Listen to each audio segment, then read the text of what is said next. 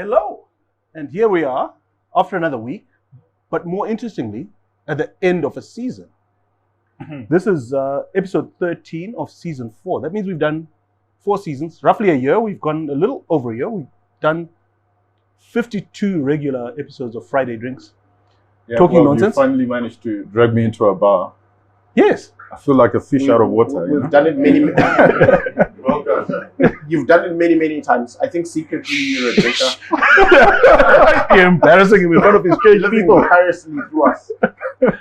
Anyway, I mean, that's a very good point. Here we are at Mount Pleasant Sports Club in the member section. Very big thank you to the club for hosting us today. And for the first time, we've granted our producer Ranga his greatest desire, and we have a live studio audience. Yes, I see lots of good friends in the crowd. My running partner, Blawidzo, Bladedza. But obviously, there's some important people that we must acknowledge. The President Emeritus, Ngoni, our host of sorts. We have another important person, the Chairman of HAC, Walter, in the house. And obviously, by far the two most important people, Ranga CEO Kumbi is here. And George's CEO Nono is here as well. Thank you so much for coming. I've got an owner. And the audience sounds rather marinated and ready to go. It's been an interesting week. A lot has happened, as usual. I mean, how many countries do you think have so many significant things happening in the period of 7 days? But one of the interesting things that happened this week is Delta put out its numbers. Well, last week, Delta put out. Well, before you get Alex Magaisa died this week. Yeah, that's very sad. I mean, that's actually quite sad. Very sad. He was an important cog in my life. He encouraged me to write, and it's just sad. I can't believe it. Yeah. I lived with Alex in the UK for about 1.5 years of my life. I must say, he influenced a lot of my thinking. We may not have always seen the world in the same light, but one thing that I will give him is Alex was a thinker. Oh, yeah. And very encouraging. He was one guy that you could differ with in terms of ideas, but he would always want to hear what you think. So differences of opinion was something that he actually took pride in. And I can't imagine Zimbabwe without the big Saturday read. I just can't imagine it. I think there are those that can.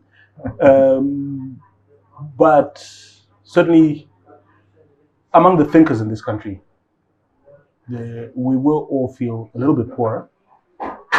And there's certainly a big gap left in terms of envisioning what a better Zimbabwe might look like, envisioning our problems and articulating them on a weekly basis and consistently so. A lot of people talk big, a lot of people can write, but none can do so consistently over such a long period of time. There's an interesting story that how I got to know Alex was he used to write in the Standard. And the one time he wrote something that I totally disagreed with. So I emailed him, because in the Standard, there would be an email address, right? I didn't think that he would reply, but, I sent him a missive and it was a page long. And I was like, you are so wrong, you are. And I didn't think he would reply, but he did. And he graciously did, and that's how our friendship grew. And yeah, I think it's a sad moment. it is. Yeah, it is sad. I think one of the things that I value a lot in my friendships is people like the people that I actually don't agree with about a lot of things, like Tinashe. Because if I spend all my time with George, I mean, we agree on a whole bunch of things, or most things. It's unlikely that I would broaden, my worldview, and see certain things differently. I mean, I generally disagree with you. Understatement of the week. But I'm so much richer for interactions because every once in a while you're right about something. And I have to admit that, you know what, Tinashe is right and I'm wrong on this, and I have to change my worldview because your worldview is informed by facts and data and logic. So I respect it, even if for the most part I don't agree with it. And I think that a lot of the problems in the world today are because people are on different sides of an issue and they don't actually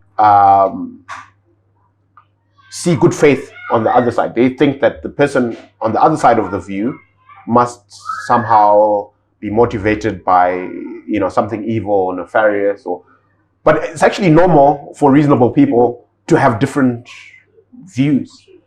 And I mean, the most basic experiment in this is you and your significant other try and decide on a place to go and buy a takeaway.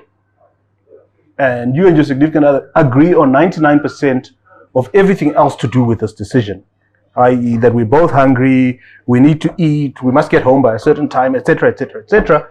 And yet there you are, one of you would like fried chicken and chips and the other one would like pizza. Is either of you evil? Does either of you want to destroy the family? Yeah, I think that unfortunately humans are tribal by nature, and there's nothing wrong with being tribal, but I think there's everything wrong with believing that the other side is evil, that the other tribe is problematic. If you see what has happened in Africa, a lot of the wars or the genocides that have occurred, it's primarily because the one tribe believes that they're superior in some way. And unfortunately, where we are in the world, it's ideological tribes. That's where we are, where people have these ideological tribes and they stand with their tribe. And I think I sort of ideological tribes. Yeah, I think I want to remind you that we're in a bar. Yeah? Yeah. Yeah. This show is called Friday Drinks. Oh! Empty glasses. Yeah, I think my glass is leaking. What are we having? Okay, you having something pink, orange? What color is that? I'm having a Malawi Shanti. I thought I'd try it here, and the guy forgot to put a tot of Mazoe. So I don't know what that says about your club, George. The chairman emeritus is here, so you must be careful what you say about the guy who's hosting you. Yes. You eventually did. So I said that when he made it, he forgot, and then I had to remind him. I had to remind the barman to put a tot. We shouldn't take you seriously. Anyway, what are we having? So we're spoiled for choice. We've got it's a season finale, so we have Shampopo. My little brother. Can you stop calling him your little brother? He's a whole grown man. He's my little brother. He'll always be my little brother. Decided that he was going to, help us celebrate. But that is a very sweet champagne, and we are banting. So the more responsible older brother, got us something brute. Perhaps you can. Would you like to do the honors? You can. But we're having a discussion before the show about how to pronounce this particular champagne. Is the T silent or not silent? That is the big question. Not silent. Like the French pronounce it away. I love the sound of that. Congratulations on the end of another season. Yes. I have had the wherewithal to have many seasons and shows with Tinashe and Joe waiting for you. Even the audience has had one too many waiting for you. It's remarkable that between the three of us, the least punctual is the guy who is the teetotaler. Anyway, ideological tribes. Oh, by the way, cheers. Cheers. Yeah. And to the audience, cheers, guys. Cheers. Ideological tribes. Explain. All right. So it turns out that the world is divided into two. So the broad left or right tribe. And by left, you mean the socialist, communist. Okay, can you not label them and maybe describe them? Well, that's what I was about to, left or right. These are people who have a different perspective or look at the world differently. So there are those who believe in that the community should drive, or society as a community should drive the decisioning. And there are those who believe that individual freedom and the individual should drive decisioning in a particular society. Who makes what? You know, there are those who believe that government or as a community, not necessarily government, it could be some sort of any sort of collective should make those decisions. And there are those that believe that no, I think the market can decide and individuals should have the freedom to make those decisions.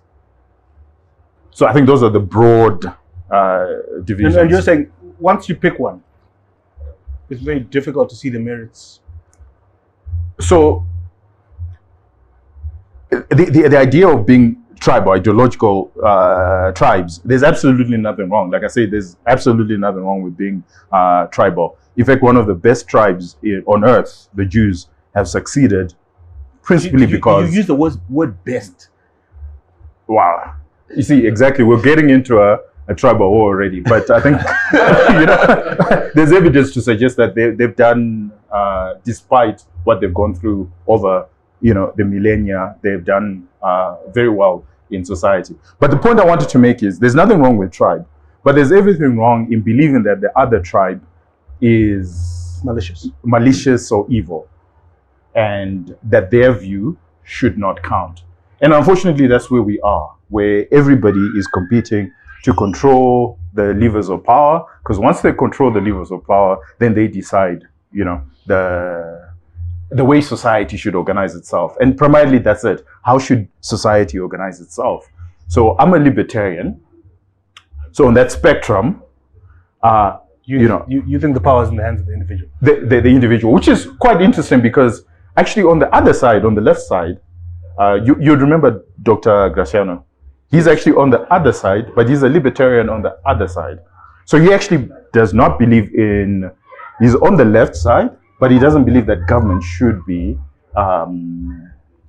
the powerful organizer or society. He believes that it should be the community.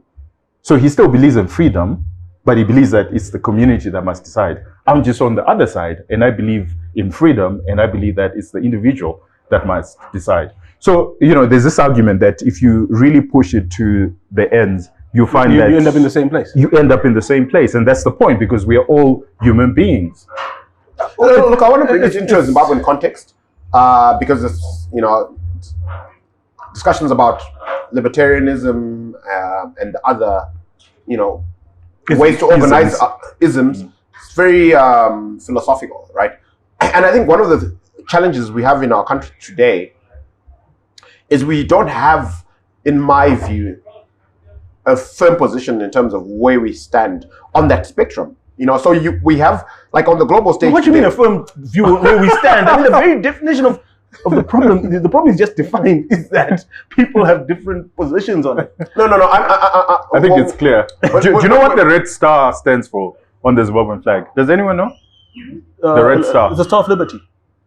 No, the red star on the... It's a symbol of our liberty. No, it's the symbol of socialism. No, but if you look at every other description, it's not described as socialism. It's described as a symbol. It's a symbol of socialism. I'm going to go with Tinashe.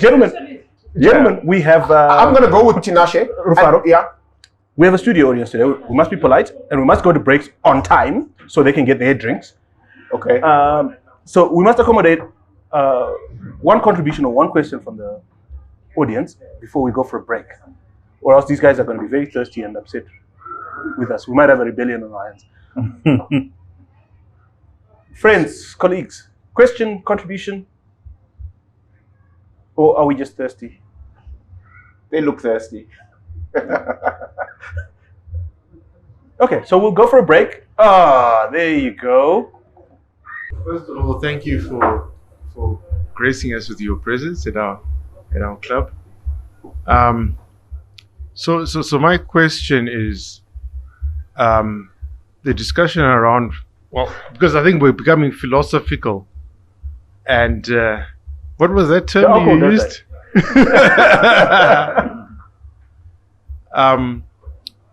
And I just want to ask the panel what they feel and how this will affect the economic development of our country, given where we are. I think there's a lot of social issues that we're dealing with at the moment, and I think maybe if we can deal with that, it might help us understand how the audience is going. Thank you. I think that's very pertinent. So I happen to know that gentleman. We've known each other for nearly 20 years. So I can decode his politeness for you. All right. You guys have your heads in the clouds. Okay. Distill it down to our local economic problems and our local social problems. How do ideological tribes relate to us in Zimbabwe today? Yeah, sure. It's very simple and straightforward. These are the principles that actually guide you. And if you don't have a principle that guides society, so before you start drawing up the rules or rules of engagement or how you're going to engage as a society, you sort of need binding principles in which you are governed by. So that's why ideology matters a lot, because if as a company, or let me distill it down to a company, right? A company has its core values, right? Its mission statement. And oftentimes people forget that this is actually what drives a company. The founder might be driven for, a particular cause, a particular reason why they're doing certain things. And this thing, they will bundle it up as a core value or a mission statement. And as a society, that is actually also derived by our ideological standpoint, because once we define the ideology, we can sort of then have the pillars in terms of the principles in which we govern ourselves economically. I think you're being very philosophical. If ideologically you say that you're a communist, for example, and you believe in the collective, what tends to then happen is that society will organize itself as with one central planner who decides who produces what and how it's going to be distributed. So that's a collective idea. And then on the other side, you're being a bit abstract, Sinashe. The question he's asking, right? And let's get down to it, right? Because we've had first-hand experience it over the last few weeks when we're talking about currency board. You go on our social media pages, it's split down the middle. There's people that think a currency board is what we need. Split down the middle. Okay.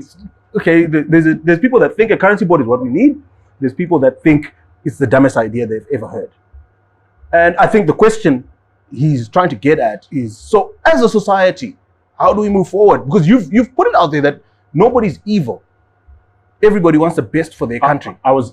His question, if you think about it, needed to be contextualized, because if you forget the context, that's why we then have tribal wars. These guys want their drinks. Yeah, but that's why you have tribal wars. But I think you have tribal wars because you miss the context in which the other individual is positing their idea.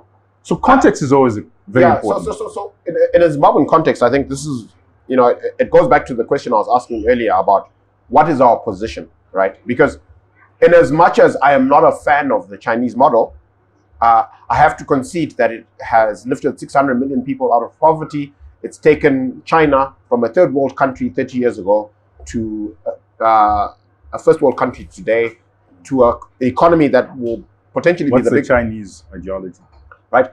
It's a command economy, right? Is it to a large extent, right?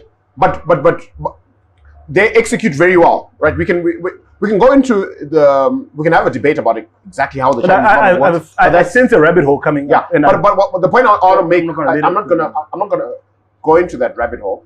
The point I want to make is, so if you look at the global stage today, and you look at the models that have done well, right? There's the Chinese model and there's the Western model, right? And it's not clear to me when I look at our government's policy, which model we have chosen to emulate. Okay. Like half the time we're talking like we want to emulate the Chinese model. We believe in command this, command that.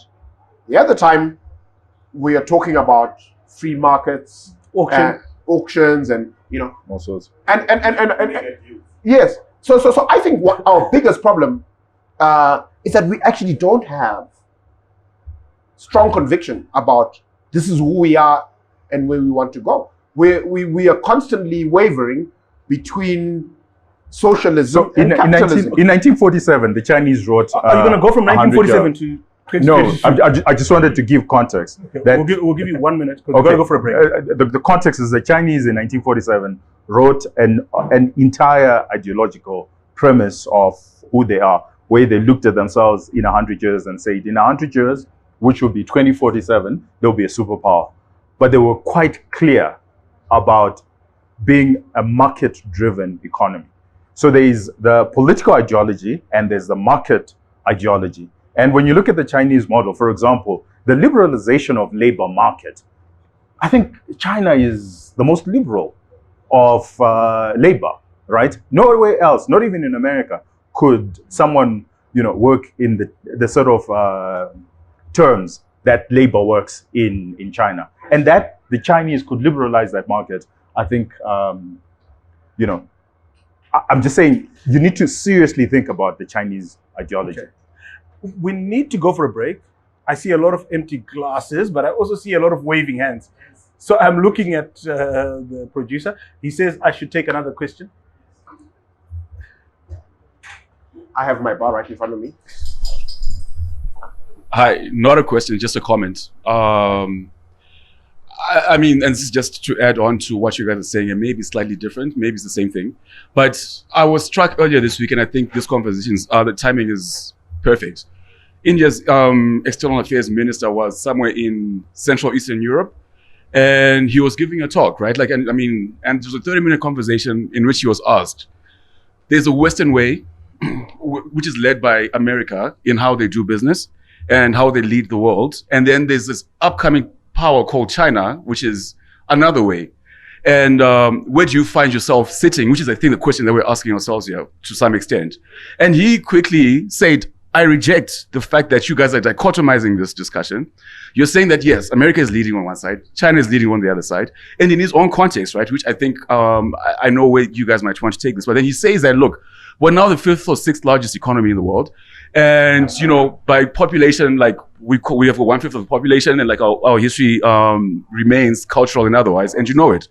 So why are you pushing to us that we must either be A or B, right? And I'm asking the same question. Is it not possible as well that in our day, in today's age, as Zimbabwe, given our own cultural context, we have to kind of find our own way, which is going to be a mix and match of all of these things to find what works best for us?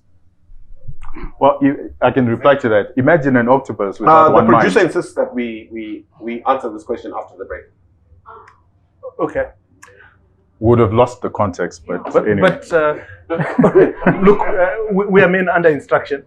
This guy pays for our drinks, so if he says it's break time, it's break time. Oh, you've been living without a CEO for a minute, haven't you? Okay. Anyway, we're gonna go away for a couple of minutes. We're gonna let our friends in the audience top up their glasses, and I think Rufaro needs to visit the little boy's room. Tinashe is looking a bit shiny. He might need to powder his nose. So hold on to your glass. We'll see you in a couple of minutes.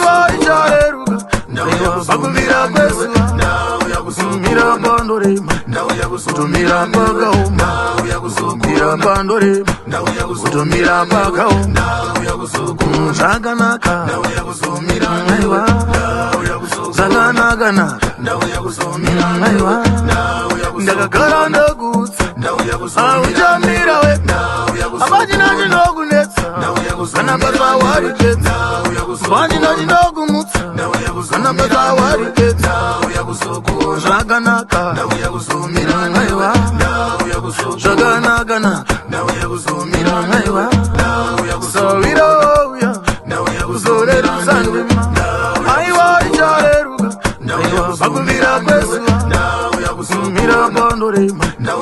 Utumira mpaka uma pandore utumira mpaka uma zakanaka aiwa zakanaka. And we're back. Hopefully glasses are full again. Bladder's relieved, nose is powdered, but your nose still looks a little bit shiny. What's happening with our makeup lady? Anyway, do you remember the question? Yeah, I remember the question, and it was a very important and poignant question. Well done, Tagu, for that question. And he's quite right. You see, the thing about ideology is that we never want to deal with the issue. We sort of want to pass it aside because we think it's too philosophical. And then 3 or 4 generations later, or even 4 years later, we're in deep conversation around it. And it always comes back, whenever we have problems, it always comes back to who are we? Because ideology then defines who we are as a people. And I think that, he put this, them and us, the Americans and the Chinese. To be frank, the Americans are not exactly as far right as you would think that they are. And the Chinese are not as far left as you think they are.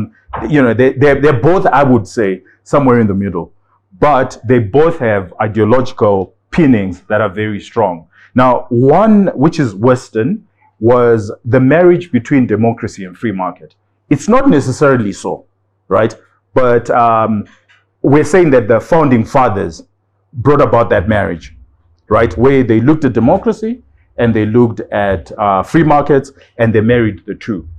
The Chinese, we could say, married again 2 different perspectives, which is political autocracy, so one-party state, but with a free market economics, and they married those 2. That's why I said they're somewhere in the middle. But they have both actually gone through the questioning, which Africa, or let me be specific to Zimbabwe, we haven't gone through. I don't know how many of you remember the Vashandi rebellion. Well, you don't remember it. You're too young to remember. But you read about it. That was an ideological question where Vashandi was saying we are ideologicalless. We don't have an ideology, and we would like to have an ideology. We would like to have that question. And we all know what then happened to them, right? No, we don't know. And we're not even going down that road because that's the one view of what the point I'm trying to make is this is a running question, and this is a running question that we're still facing, 45 years later, that the Vashandi asked.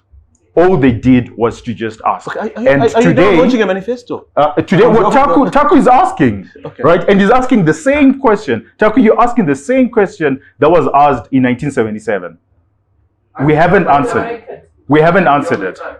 Okay, yeah. Anyway, now let's fast forward 45 years. Thank you for doing that calculation for me. Here we are in mid-2000. You can be a bit slow with the numbers, sir. Thank you. I was helping. I didn't do... look, my O-level maths teacher pleaded with me not even to try and become an accountant. Well done. You proved her wrong. I've succeeded well beyond his expectations. But in the recent past, in the last week or so, Delta's released its numbers. And we look in the Delta numbers. And Delta tells us that 60% of their revenue is US dollars. And interestingly, the only reason they're telling us this is because they have to translate their numbers to Zim dollars, and then there's a question about the rate to use and everything, and they're telling us, guys, it's very difficult to interpret our numbers because 2/3 of the revenue came in US dollars and we've translated it at all sorts of rates. And then we had a very interesting thing happen this weekend. I mean, this is your side of the world. OK Zimbabwe declares a dividend in 2 currencies. They say they're going to pay some of their dividend in Zim dollars and some of their dividend in US dollars. We've never seen any such thing. But then again, depending on what exchange rate you use, and I know one of your team members has done the calculation using exchange rate X, we won't say which, and using exchange rate X, it works out that they're going to pay 60% of their dividend in US dollars. 500, yeah? They use 500. Or they're using 500. You don't, it's not rocket science, yeah? They're going to pay 60% of the dividend in US dollars and 60% at a rate of 500. in Zim dollars. Well, the Zim dollars at a rate of 500, and the US dollars as US dollars. Which is a real rate. Okay, can I ask my question before there's you a question. interject? Oh, okay. Yeah, sorry. So we finding two of the biggest, shall we say, consumer counters in Zim. These are the businesses that are at the coalface, that everybody, no matter how they earn their money, no matter what they do for a living, they interact with these two businesses on a day-to-day basis. Some more than others. Cheers. But that it looks like they're both implying to us that 60% of their business is US dollar, and 40% is in dollar. So I find it quite interesting because we've had this question in our minds for some time now, where we want to understand how much of our economy is US dollars, how much of it is Zim dollars, and it's a difficult question because there's no good data. Well, we now have data, and this is what is fantastic about Delta's numbers. And okay, so and Delta is a fantastic business. It's as a prism or lens to look at the Zimbabwean economy and try and understand what's happening, because when people have a bit more money in their pockets, when there's a higher disposable income, they will consume more of Delta's products. So it's a proxy for aggregate demand in the economy. It's a proxy for GDP growth. If Delta's numbers are growing, it means likely that the economy is also growing. So if Delta has 60% of its revenue in US dollars, it's likely, therefore, that 60% of the economy is a US dollar economy. Well, at least 60% of the money circulating in the consumer economy are dollars. Yeah. So yeah, and that's an interesting number. Okay, so what does this mean for the de-dollarization agenda?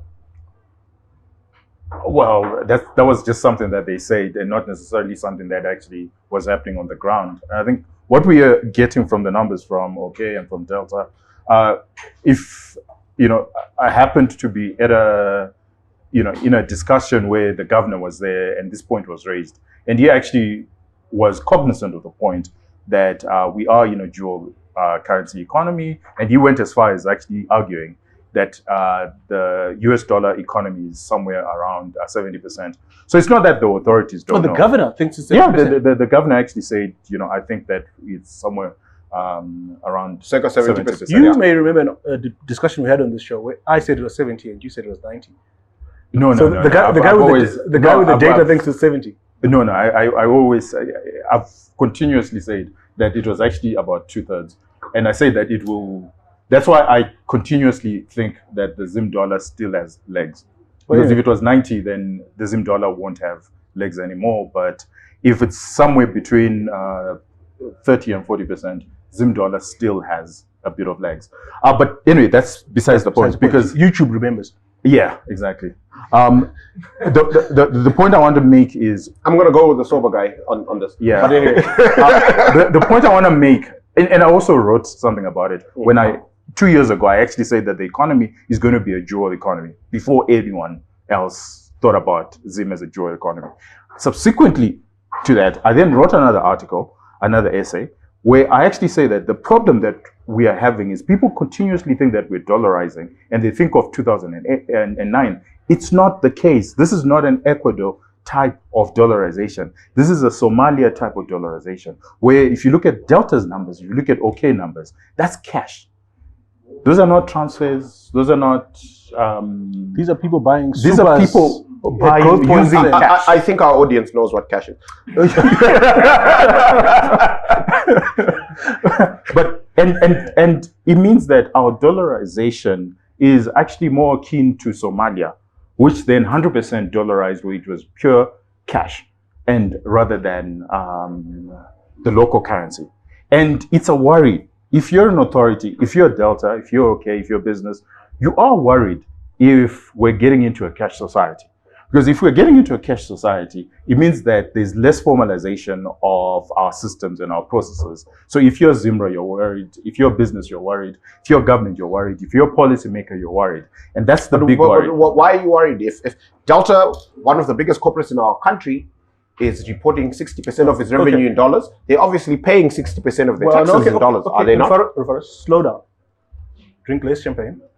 Now think. I'm going to drink less champagne. Now think. You're the CFO of Delta, and you've got a depot in Zarabani. That's a good one, George.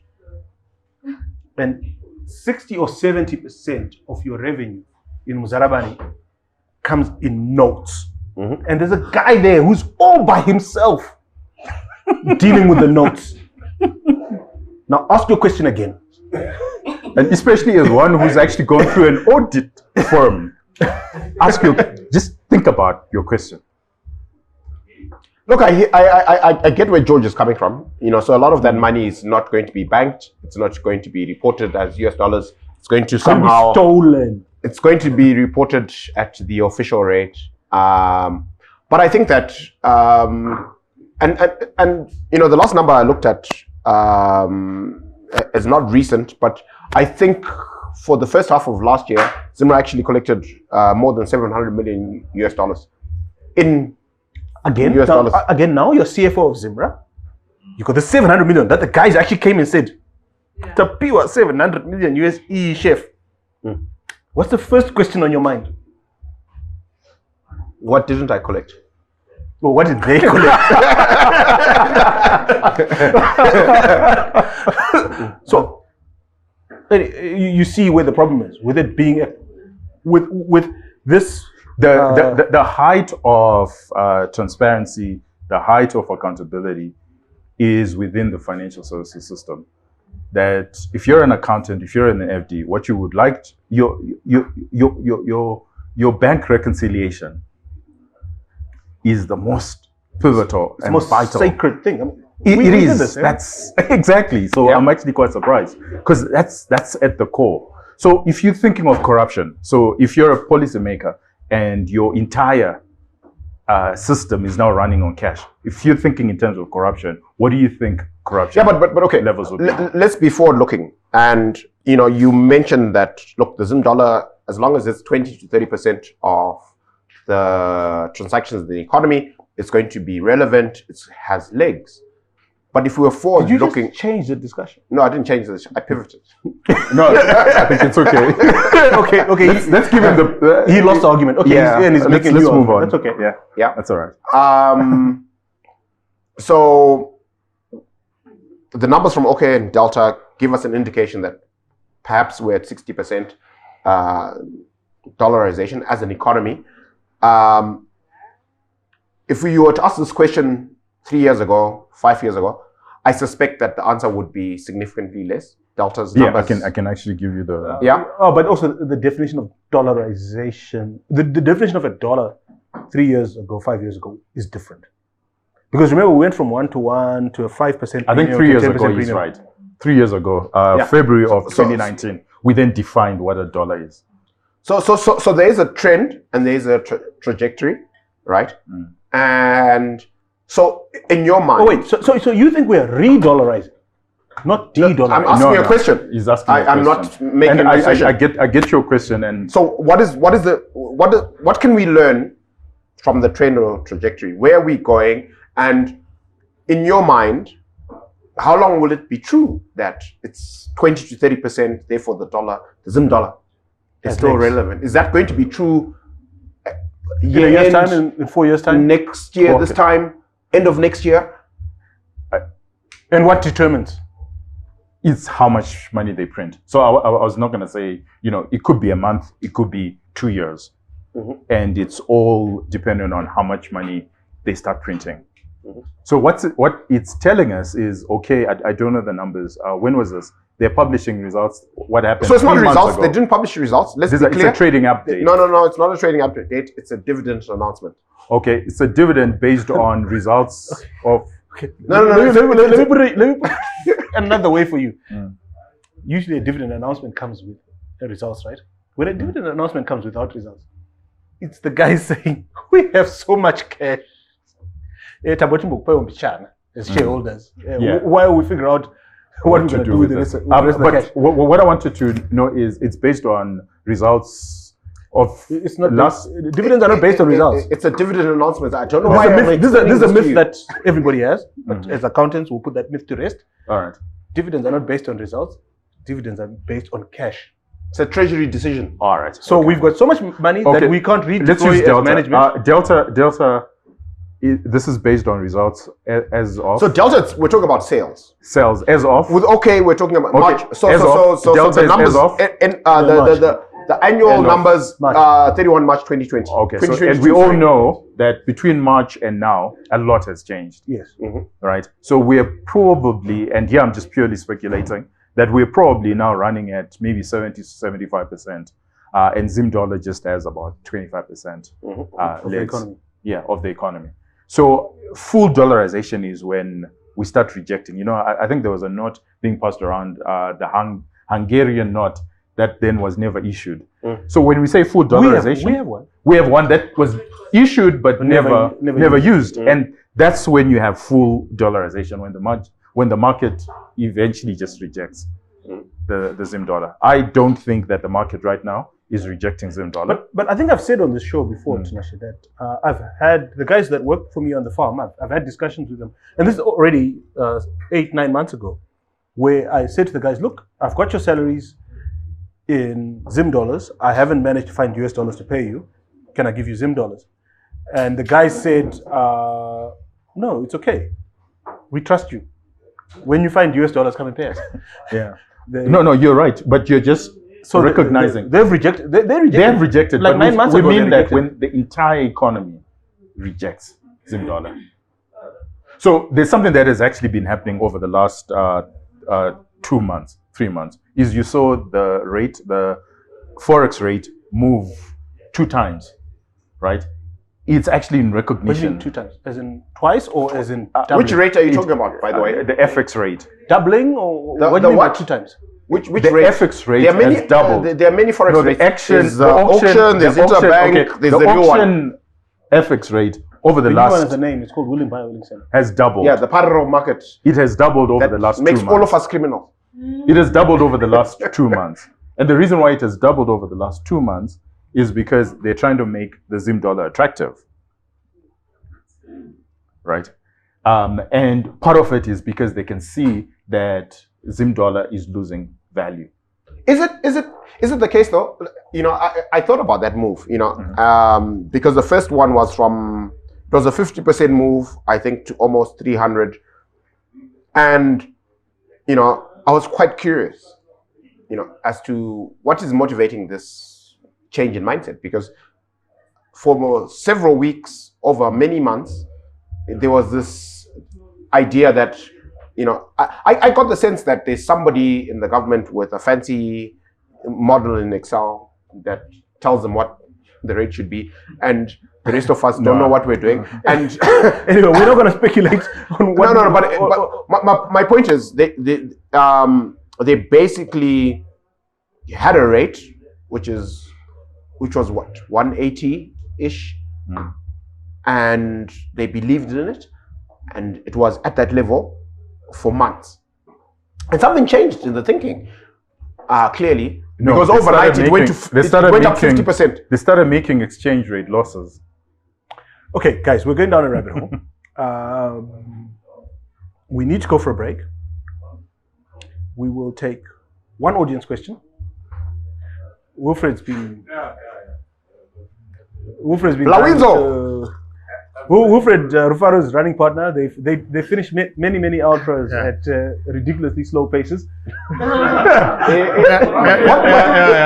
George, I want to push back.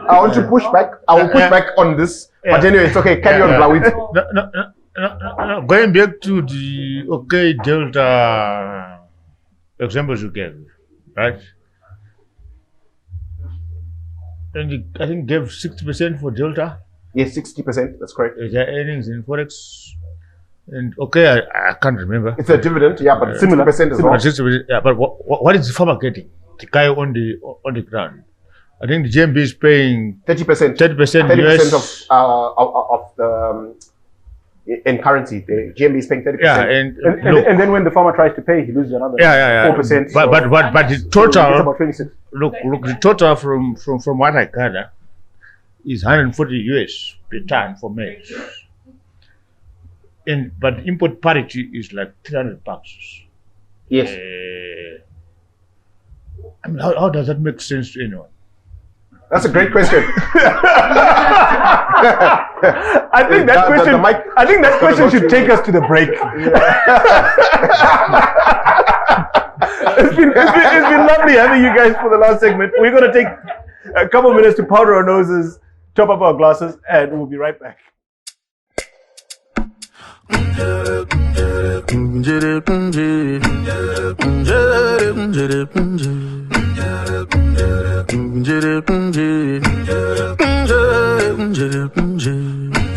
Dairara mohiri sarudzo daidama kore mazana mana sawira huya timborangana timboronga tichine mukana handirambe ishe ninobvuma kana mati yangu nguva yakwana sawira huya timborangana timboronga tichine mukana daita isiva ramangwana taingovhunza ndewani mukana dainda isiva ramangwana taingovhunza nderani jana sawira huya timborangana timboronga tichine mukana sawira huya timborangana timboronga tichine mukana daita isiva ramangwana taingovhunza ndewani mukana dainda isiva ramangwana taingovhunza nderani jana sawira huya timborangana timboronga tichine mukana. And we're back.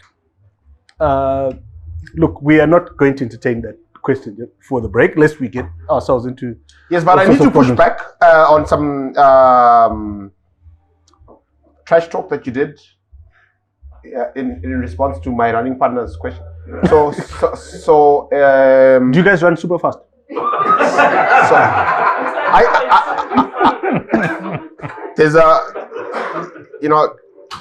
there's an ultra marathon that issues small medals called comrades, and to get that little medal, you have to have the physical fitness and mental stamina to run for about 90 Ks.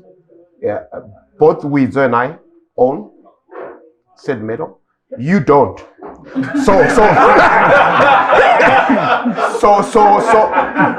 And until you do, please refrain from commenting about our running pace. Okay, I'm sorry. You guys run super fast. I'm really sorry. Speedy 1 and Speedy 2. I apologize for disrespecting your running pace. But look, we're talking about the rate. We're talking about where it's been, where it's going. And we've had this number thrown around on the show before, $100 billion economy. And then, as you know, I've been spending time in East Africa quite a bit lately, and I know Kenya is a $100 billion economy, which it certainly wasn't a generation ago. A generation ago, Kenya was a smaller economy than ours. We are now a fifth of the Kenyan economy. So is the $100 billion economy attainable? Should we even be shooting for $100 billion economy? Maybe we should be shooting for a bigger number. Is it attainable? What does it take? No. If Tinashe allows me, I'll respond first and say that it's definitely attainable. And we had this conversation a couple of episodes ago where we were saying Kenya's where they are today, not because they executed on a particularly challenging or exceptional plan in a way that is difficult. They just didn't do dumb things for 30 years. And if you actually look at the world's biggest economy, I was thinking about this the other day, just, looking at the global economy. And if you look at the US, right, it's not like they had years where they were growing double digits, right? If you average their growth over the last 200 years, it's 2%. right? 1%. 1% over 200 years. And that's where they are. If we just stop doing things that clearly don't work, and there's a lot of things that we're doing today that don't work, it's getting to 100 billion in 25 years is achievable in my mind. Should we be aiming for 25 years to get 100 billion? Well, I think it goes back to where we are ideologically, because it's interesting that communist states, that's exactly what you tend to find. They always plan ahead. They always have these 5-year plans and 10-year plans at 100 billion, you know. That's not the point. The point is get your fundamentals right. If you get your fundamentals right, then that's it. You shouldn't worry about, oh, we need to be a $100 billion economy or $200 billion. No. The most important thing that you need to do. That's why when you look at America, when you look at China, and we spend a bit of time, you know, talking about China, is the contestation is more ideologically, should be ideologically defined so that you get the fundamentals right. China decided that these are our fundamentals. We're liberalizing the labor market, for example. They didn't say that minimum wage is, and we're going to lift 600 million people out of poverty. That wasn't their goal, right? That's a subsequent byproduct of the fundamentals. So I would say that... but this goes against everything we're taught in management theory, right? You can't set out without a goal, without an ambition. If you don't have a goal, apparently, if you don't have a... So what's the axiom? If you don't have a target, you're going to miss every time. Okay, so this is the thing, and I want to make it very clear that as individuals in society, yes, let's have those goals, but your goal is not necessarily mine, because that's where the issue is, right? And your ambitions are not necessarily my ambitions, but let's be governed by the same principles. Once we're governed by the same principles, there are those that will fall behind. But you're a fan of Lee Kuan Yew. Oh no, I'm not a fan of Lee Kuan Yew, actually. But he's a libertarian. I've studied Lee Kuan Yew. He started with goals. That's different. So I'm not a. So if you say I'm a fan, no, I'm not. Okay. He started with goals. No, he actually started with Ideological foundation. He actually spent a lot of time. Okay, but the three of us. So the three of us. I think you haven't read the book, right? But I think you read. But maybe but did Lee Kuan Yew our producer is the other one that's actually. But did Lee Kuan Yew have goals? 1,000. Did he have goals? Yes, he did. But his driving principle. So the first thing that he did in the first 5 years of his statesmanship was purely around the fundamentals. So maybe for the benefit of our audience, who was Lee Kuan Yew? Just a brief synopsis of this. Lee Kuan Yew, remarkable human being. He led Singapore for 41 years. He transformed Singapore into. He was 36 years of age. Basically, a fishing village into one of the most powerful. Yeah. It was a port. Exactly. Fishing. Yeah, exactly. I want to put it into proper context. I think, and this is not, I want to give credit to the doc Gurama Tuni, because he actually mentioned this when he was interviewed by Trevor Ngube, and I did a bunch of homework after that interview, and just to put it into perspective, the difference between Singapore and Zimbabwe. Singapore is basically a city-state on about 1,000 square kilometers of land. Zimbabwe, to put it into perspective, is on 377,000 square kilometers. They don't have any natural resources in Singapore, right? In Zimbabwe, we've got everything from diamonds to gold to platinum to lithium to chrome. There's only 5 million people that live in Singapore now. Yeah. That time they much.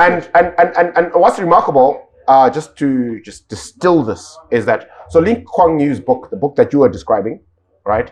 It's called From Third World to First World, right? And Singapore moved from a third world country to a first world country between 1965 and 2000 in 35 years. And what I find particularly remarkable is that in 1965, Zimbabwe had a bigger economy than Singapore. Per capita. No. Yeah, even GDP. per capita, even. No, not just per capita. but Even you GDP. guys are just having a silly argument. It translates to the same thing. Because there No, were it more doesn't. of us. No, it doesn't. There were more of us than them. No, it doesn't. The population was bigger. But But go ahead. Go ahead. yeah. So he transformed this little city state from a rural backwater, right, to a first world country in 35 years. While we basically did dumb things. Smith did a dumb thing in 1965. He declared UDI. Yeah, that was dumb. And, we had war for 15 years and our economy shrunk. And then the new guy in 1980 Did more dumb things. also did dumb things. And, this is where we are, right?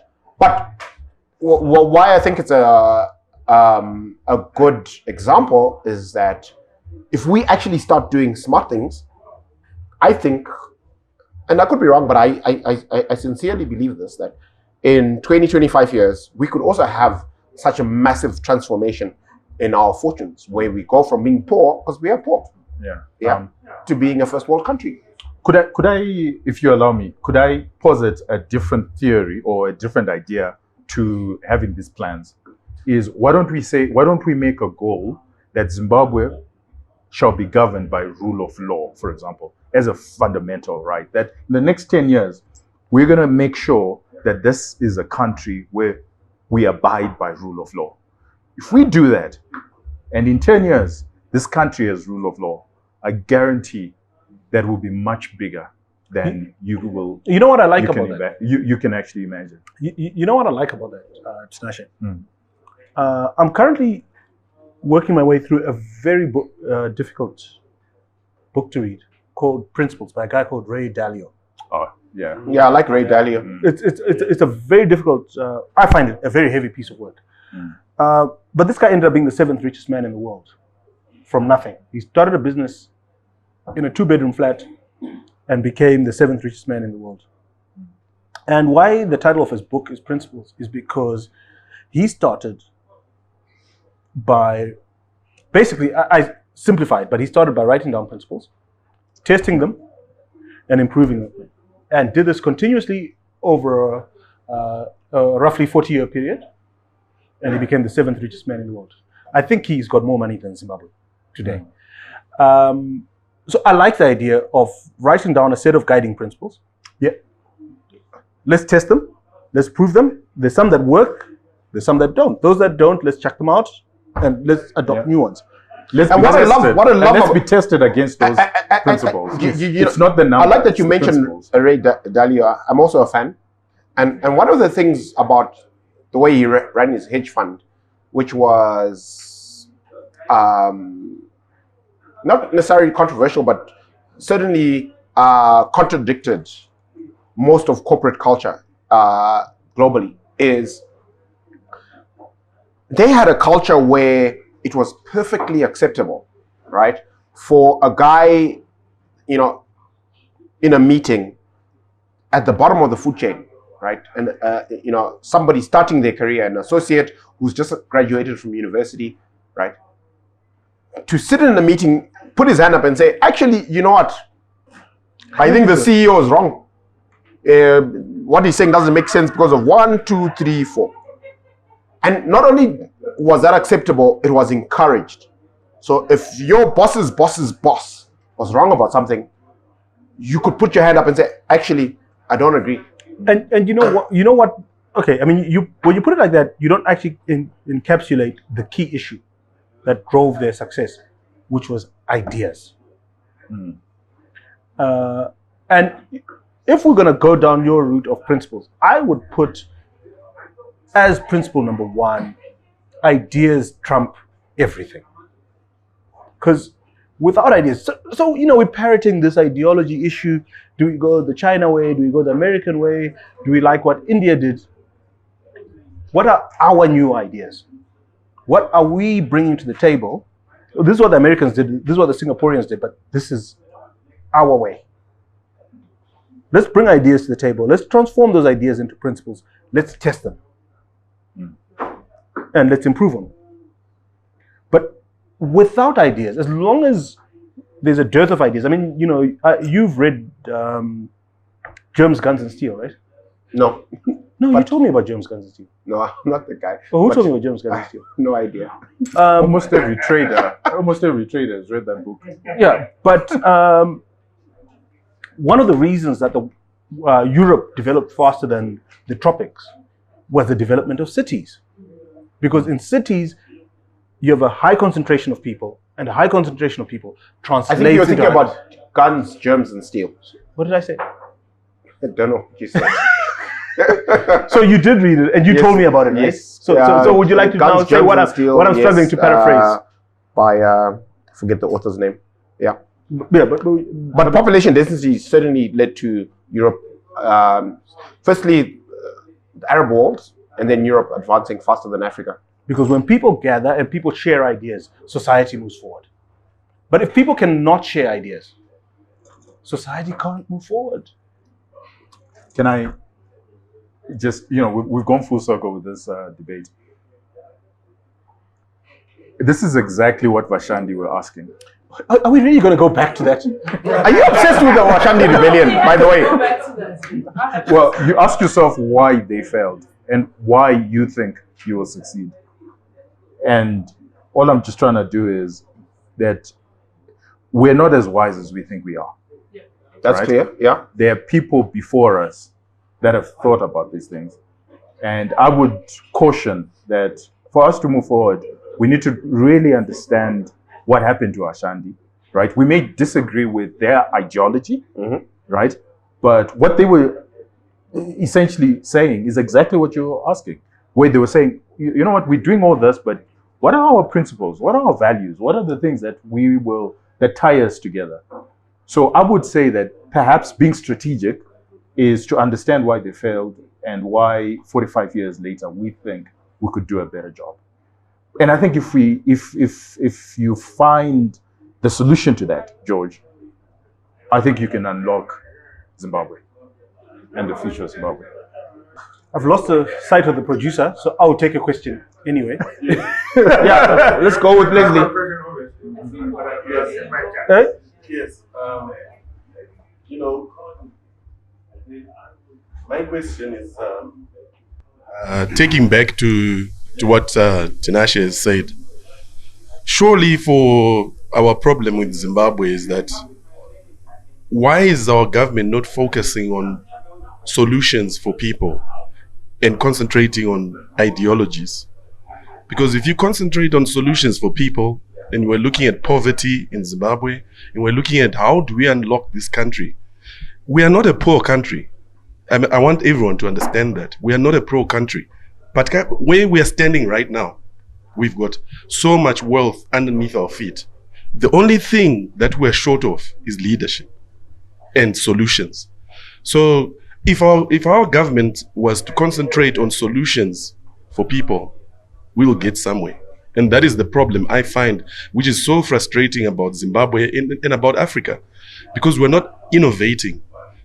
Africa can innovate out of poverty within a day if we start focusing on innovation. But we're letting other people innovate for us, tell us how to mine our own mineral wealth, how to grow even vegetables in our own countries. We are not innovating. That is the problem we have. And we are focusing on ideologies. We don't care about ideologies. People are hungry. So that's my take on Africa, Zimbabwe. There's a shortage of leadership. There's a shortage of innovation. We are actually sleeping. Thank you. Was that a question, Les, or was that a... That was a comment. That was a comment. Or was it a manifesto? But George, I'm back again.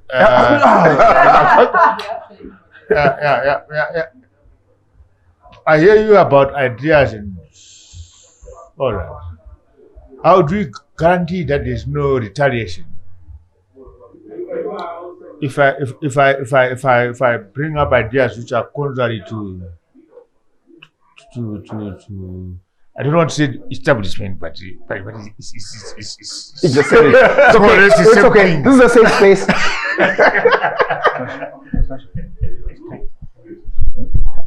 With all due respect, I would like to say, I applaud I didn't know about this platform. But one thing that I would like to say is when I was invited to this platform, I was told it's about Rufus and George. And I would like to applaud you guys. Do you know why I would like to applaud you? Not really contrary to what he's saying, but I find a lot of people in this economy are social commentators. I don't know if that rings a bell. Social commentators do not take responsibility in being counted. Tinashe, I think I did discuss this with you. One thing that I'm actually very happy about, I'm a social runner. I enjoy having my drinks with this group, right? But one thing that today I have given respect to George, Rufaro, and whoever is responsible for this is this platform. Trust me, guys, when people talk about lobbying, this is what it is. There are very few people that take lobbying to this platform, because I would like to believe that this is a platform that you have taken responsibility to say you will take it to the responsibility forces. I have had a privilege, and I'm still in that privileged position where I work with those guys that are policymakers. Unfortunately, regardless to what a lot of people will say, a lot of people have got opinions, but very few people will come through like this platform is about to say, this is how we would want to forge forward, right? So I'm quite happy. It starts here at Invest Hub. It starts here with this show. This is a lobbying platform.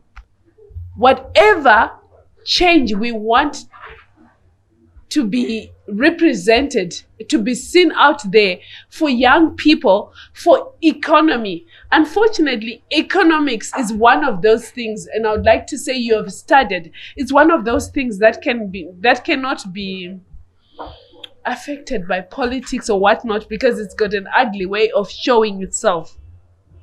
And I'm quite happy we have this, and I'm quite happy that out of the social whatever we have as a group, we are concerned about our country. So contrary to what you say, I'm here because I'm representing Zimbabwe, and I'm here because I would like to see us forging powerfully ahead. Whatever George is bringing up, right? Whatever Tinashe, whatever you, Rufaro, are saying, right? It's because we are the young people, and it's left to us. Trust me, we do have the pioneers, the guys that are at the top, but it's up to us, because we know the contemporary issues that are really affecting the politics of our economics. Or if you would want to say it, the economics of our politics. It really, I don't care what it is about. But what I really want to respect is somebody out there decided, let me have this platform. Trust me, do not take it lightly. We are one of the few platforms, and I hope we'll get there. We will influence whatever policies, economic policies are out there. And when I talk about economics policies, I'm talking about agriculture, I'm talking about economics market, I'm talking about services, I'm talking about everything. It's up to you guys, because you're the ones that are driving beyond 2023. You're the guys that are driving beyond 2030. So it's up to you. So thank you very much for this platform. I would like to say cheers to that platform. Cheers! Cheers! Cheers! I'm quite encouraged. Let's have this go on. Well, thank you very much for those comments and contributions. But we have been joined on set by somebody of a different gender. Exciting. Thank you for having me. Welcome. Thank you. And you are? I'm Evie Manhanda. Evie, Yeah. welcome. Thank you. Thank you for having me. You seem I not love to- your hair. Really? Thank Yeah. you. I love it too. Dr. Kuruma he totally approved. Would you like a glass of champagne? Yes, please. Oh, welcome. Thank you. So I've done damage to. Okay. While the father's doing that. So we are going to. Would you like to tell us a little bit about Evie? Okay, so Evie Manhanda is a female musician based in Zimbabwe, Zimbabwean by origin. Apart from just being a musician, I am also a music teacher. And at the moment, I'm at Hardman House. I sing, I play the guitar mostly, the mbira, and I write my own songs, I perform. You play the mbira. Yes, I do. So do you just there's I've met different musicians who play the mbira. Okay. Some of them. Yeah. Can you stop being disruptive? I'm not being disrupted. So some of them are spiritual. Cheers, Some of Mingaldo. them are not. Okay. And are you spiritual or you just on the music side? Well, it depends on how you take it spiritual, because I believe that in music, it's very difficult for you to move away from the spiritual side. Because when you get into it, it's like you're getting into it with your soul, not just your voice. George. Okay. Yes. There you go. So there's no part of my music that Cheers. doesn't. Cheers. There's no part of your music that is not spiritual. There's no part of my music that I would say will just go unspiritual. So what kind of music do you say? I do Afro jazz, Afro pop, Afro fusion. However, I'm not limited to those because I'm a creative person. So if I feel like going dancehall, at some point, I should be free to do it. Wow. Yes. Okay. I'm the most well-read person among you. No, you're Twiddle D not. and Twiddle Damn have no idea what's going on in the world. Okay. No, you're not. Can you give them a sample of? Okay. Dreams come true. They do come true. It's all up to you to make it reality. Yeah. Shingirira, shandisisa, batirira, unoshikakure. I like it. I like it. So I just want to interject with a 2 minute comment. Thank you. I just want Did you say that's an appropriate message? Do you remember who last gave us a message that had the word shingirira in it, in music? Anyway, Think about that. I want to interject. Yes, Urban. I want to interject with an appropriate comment at this juncture. George expressed a little bit of concern when that bottle was empty, and I opened this new bottle, and I want to make reference to a friend of ours. He couldn't make it. He's traveling. He's out of the country. Elder, aka Elias. Doredu aripere zvegumhanya rinotopera rabiwa kwete zvekunyuwa. Interesting. Anyway, Evie, Yes. we're going to give you the floor, Okay, that's fine. and you're going to tell us more about shingirira ring. I'm not sure. I've been shingirira ring for 20 years. I don't know if I want to shingirira anymore. But Okay. you will shortly have the floor. Thank you. It's been lovely having you. It's been lovely having a live studio audience. So all of you, please give our producer Ranga a hug and a kiss, and maybe convince him that he wants to do this more often. But in general, don't take us too seriously. We don't really know what we're talking about. These are just friends in a bar, and we now have witnesses to prove that we're just friends in a bar who don't know what they're doing.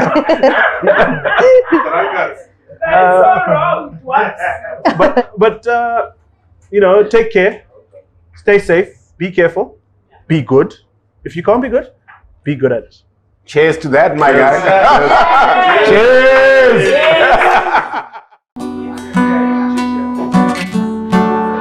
Hey, so I'm performing a song titled Especially in Africa.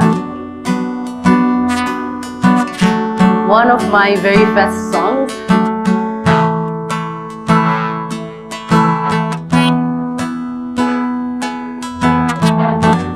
Is it okay if I say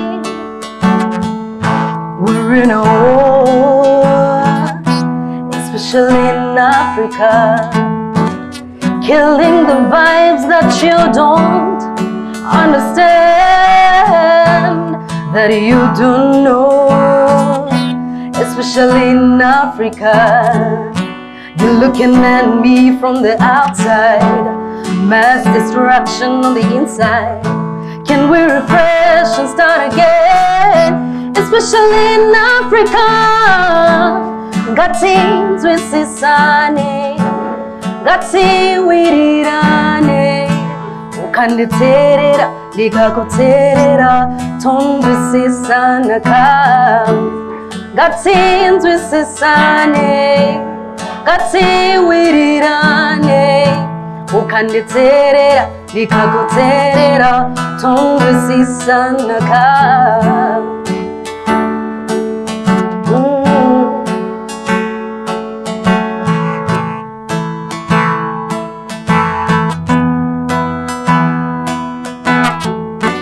Imiva kweguru sachura bodze, ingawani makati chenga osema nanga. Iwe mukwere iwe kuziva mbuya hudwa, damba kuhudwa kaonekwa ni mbonje.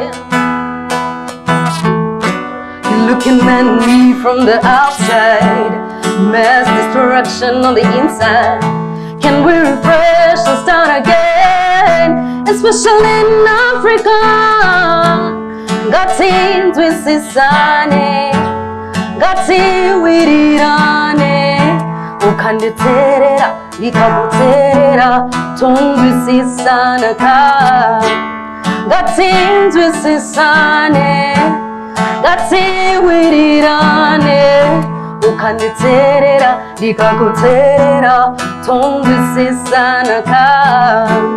Ngati nzwisisane, ngati wirirane, ukanditerera ndikakuterera tondwisisana kam. Yeah. Especially in Africa.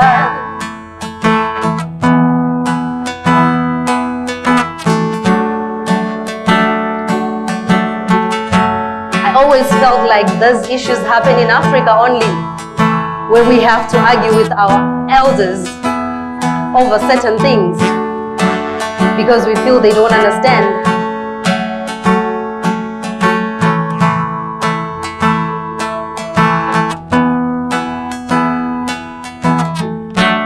Ngati nzwisisane, ngati wirirane, ukanditerera ndikakuterera tondwisisana kam. Ngati nzwisisane, ngati wirirane, ukanditerera ndikakuterera tondwisisana kam. Thank you. All right.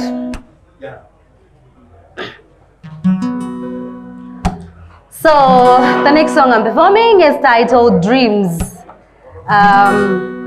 So this is more like a sing to myself song, because, you know, at whatever journey that you take in life, you need to tell yourself that you can make it.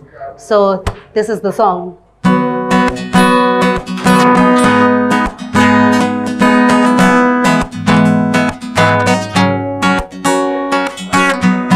Dreams come true, they don't come true.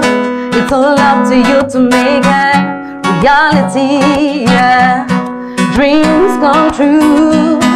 Kana uneshungu utoshinga kuburira kuri mu maboko ako. Oh, oh.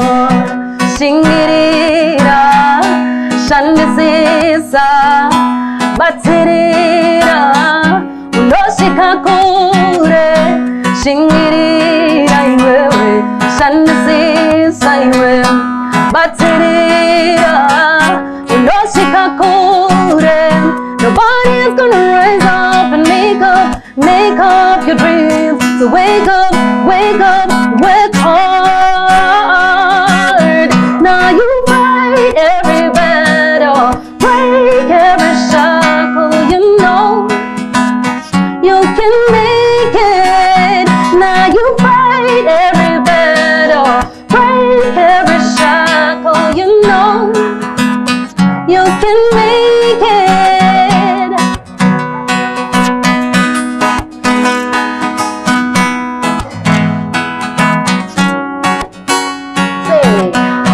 What you gotta do is rise up and work.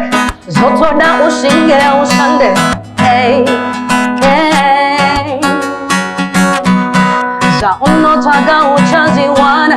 Shingirira ushande mwana. Hey, shingirira shandisisa batirira unoshika kure. Shingirira iwewe shandisisa iwe batirira unoshika kure.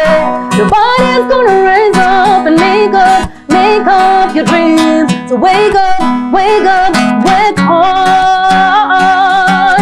Now you fight every battle, break every shackle. You know you can make it. Now you fight every battle, break every shackle. You know you can make it. You can make it. You can make it. You can make it. You can make it. Shingirira shandisisa batirira unoshika kure. Shingirira iwewe shandisisa iwe batirira unoshika kure. Nobody's gonna rise up and make up your dreams. So wake up, work hard. Now you fight every battle, break every shackle. You know you can make it. Now you fight every battle, break every shackle. You know you can make it. Now you fight every battle, break every shackle. You know you can make it. Shingirira shandisisa batirira unotongo shika iwewe. Thank you. All right, thank you.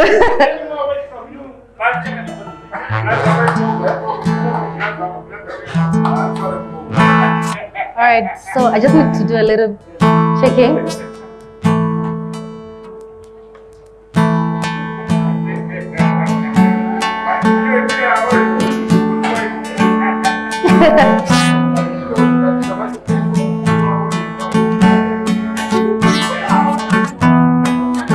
I just need to do checking. I just need to check if my key is okay on this one. I just need to check before you take it.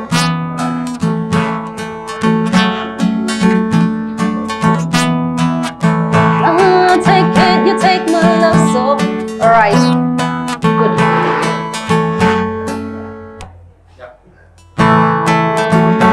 So this is gonna be the last song.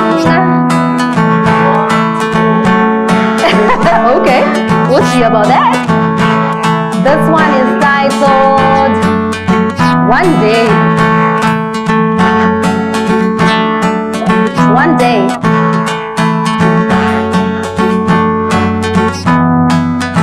I'll take it, you take my love so lightly, baby. Apoka unda katopera kungwane moyo zese.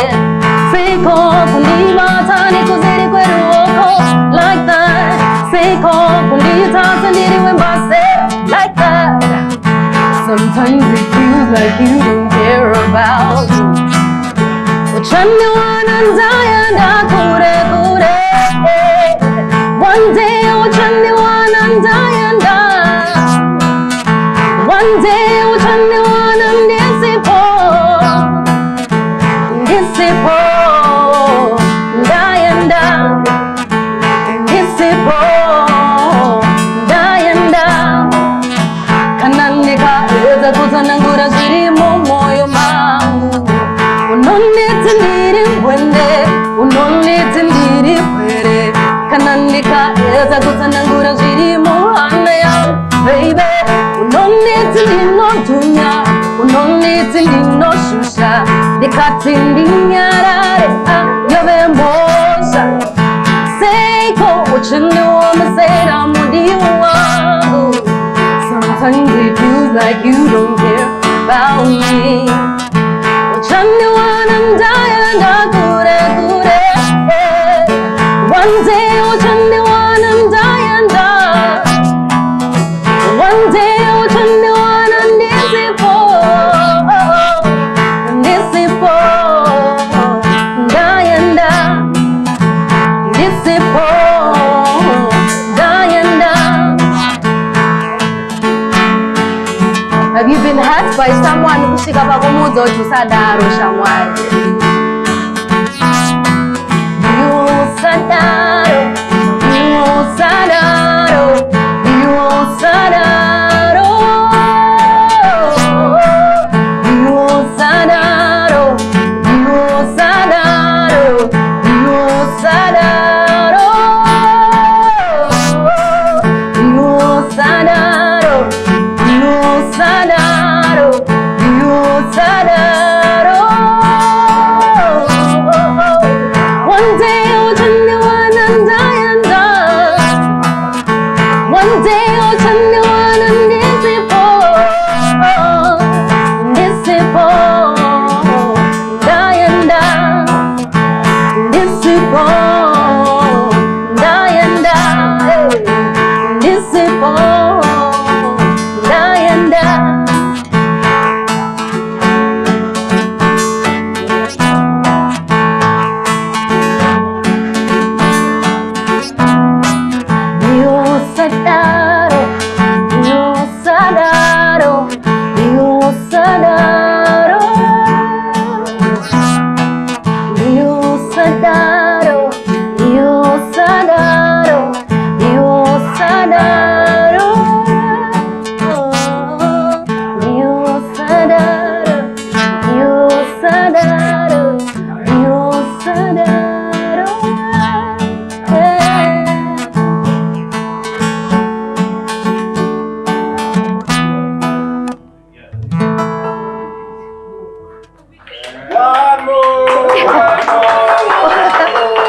Okay, I can do one more.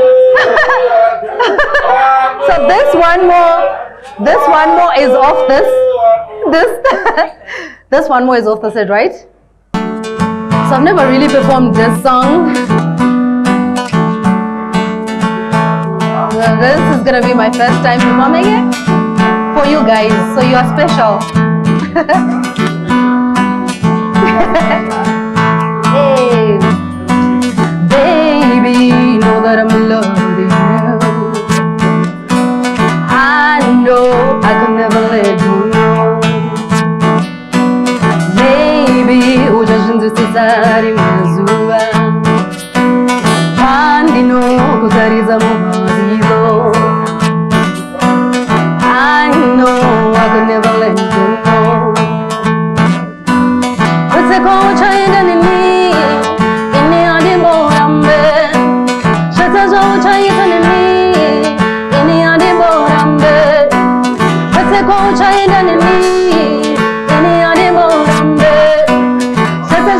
Hey,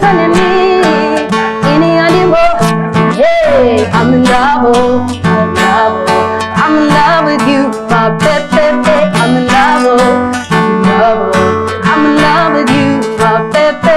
I'm in love, I'm in love with you, my baby.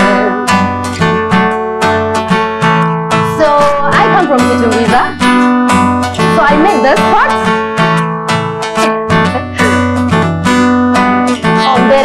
First of all, and then Kitunguiza.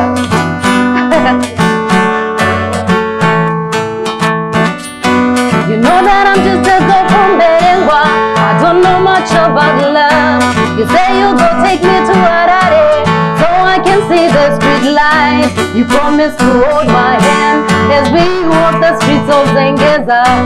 You say you'll go take me to your mother, Dotamba Chirora. Kwa uchaenda nini ini andi morambe shesa uchaita nini ini andi morambe shesa kwa uchaenda nini ini andi mora. Hey, I'm in love, I'm in love with you, my baby. I'm in love, I'm in love with you, my baby. I'm in love, I'm in love with you, my baby. Hey, my baby. That's enough, guys. I think I'll see you next time. Thank you so much for being a great audience.